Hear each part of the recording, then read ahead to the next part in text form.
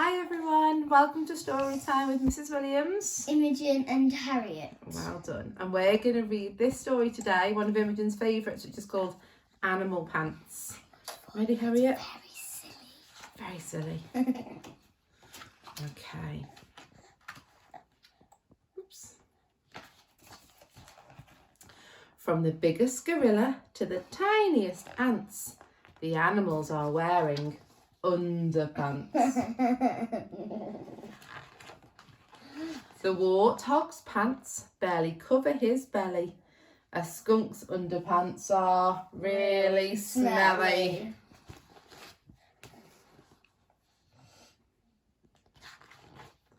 Snake's underpants are long and lean. A chameleon's change from red to green.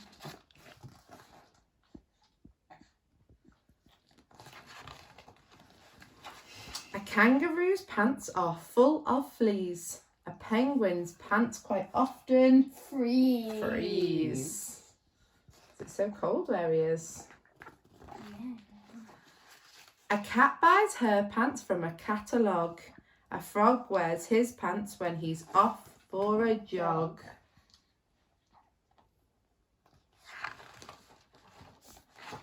A hippo's pants will make you grin. They're full of pockets to store things in. Look at this one, Harriet. Who's in this one? And it really does cause a bit of a fuss finding underpants for an octopus. She's got so many legs, Harriet. Turn over. So why are the animals wearing pants? Well, it's sure to be big news. It's the best underpants competition. Now, which pair would you choose? Which pair would your favourite be? Yeah, which one's your favourite, Imogen?